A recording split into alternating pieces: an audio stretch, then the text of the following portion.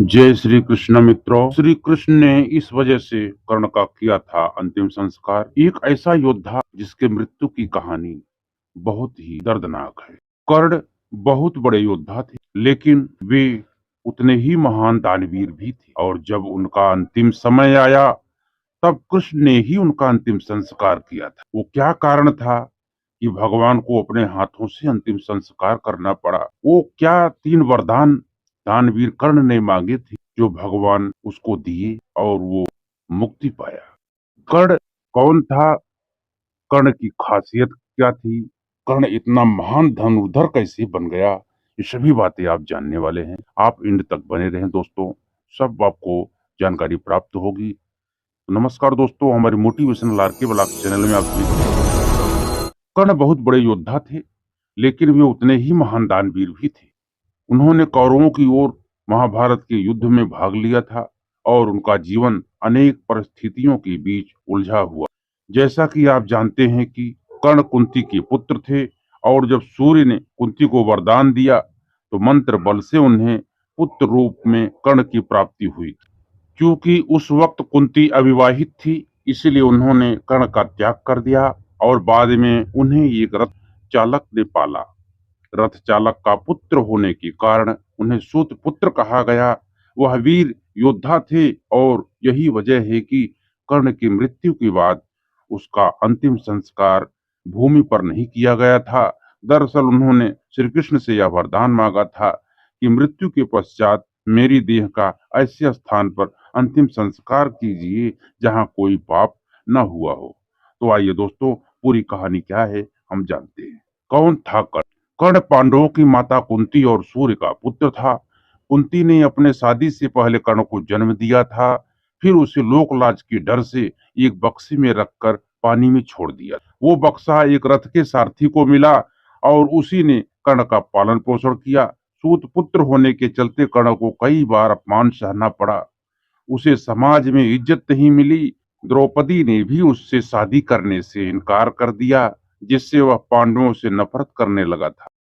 यही वजह थी कि कुंती का पुत्र होने के बावजूद भी कर्ण ने महाभारत के युद्ध में कौरवों का साथ दिया।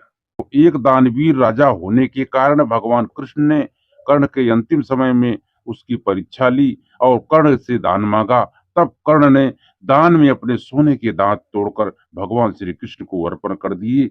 इस दानवीरता से प्रसन्न होकर भगवान श्री कृष्ण ने कर्ण को वरदान मांगने को कहा।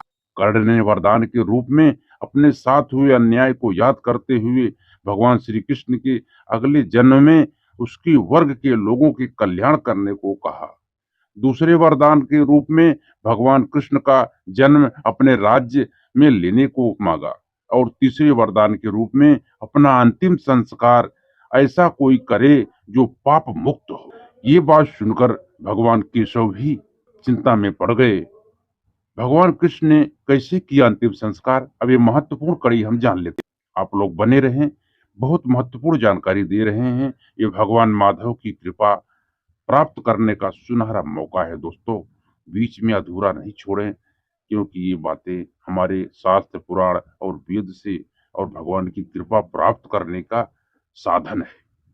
वरदान देते हुए भगवान कृष्ण ने सारे वरदान स्वीकार कर लिए, परंतु तीसरे वरदान से भगवान कृष्ण दुविधा में आ गए और ऐसी जगह सोचने लगे जहां पाप ना हुआ हो। परंतु भगवान कृष्ण को ऐसा कोई जो पाप मुक्त हो यह समझ नहीं आया।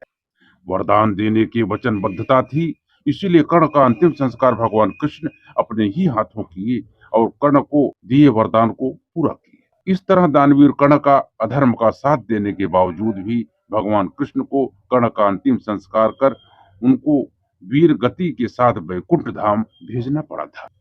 कर्ण को मिला था श्राप, और वैसी ही हुई थी मृत्यु। वो क्या कारण था दोस्तों, अब हम इस पर प्रकाश डालते हैं। एक बार कर्ण अपने रथ से कहीं जा रहा था, तभी उसके रथ से एक बछिया की मौत हो गई। उस दौरान एक साधु ने कर्ण को श्राप दिया कि जिस तरह रथ से बछिया की मौत हुई है, उसी तरह तुम्हारी भी मौत होगी। साधु ने कहा कि युद्ध के दौरान उसके रथ का पहिया धरती निगल लेगी और वो ही उसकी मौत का कारण बनेगा।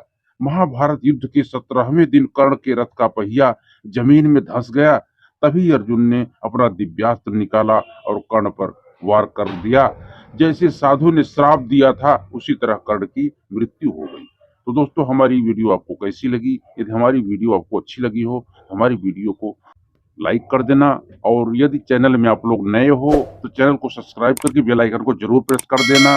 ऐसे शास्त्र पुराण और अपने अध्यात्म की बातें और अपने सनातन धर्म को आगे ले जाने के लिए जो हमारा प्रयास है उसमें आप लोग सहयोग करें दोस्तों। ऐसे ही ज्ञानवर्धक, प्रेरणादायी और मोटिवेशनल वीडियो आपको हमेशा मिलती रहेगी। तो मिलते हैं दोस्तों अगले वीडियो में। तब तक आप लोग खुश रहें, मस्त रहें, आनंद में रहें, यही हमारी दिल से सबके लिए शुभकामना है। आप लोगों ने हमारे पूरा वीडियो को देखा, इसलिए तहे दिल से आप लोगों का बहुत बहुत धन्यवाद। जय श्री कृष्ण मित्रों, जय श्री राम।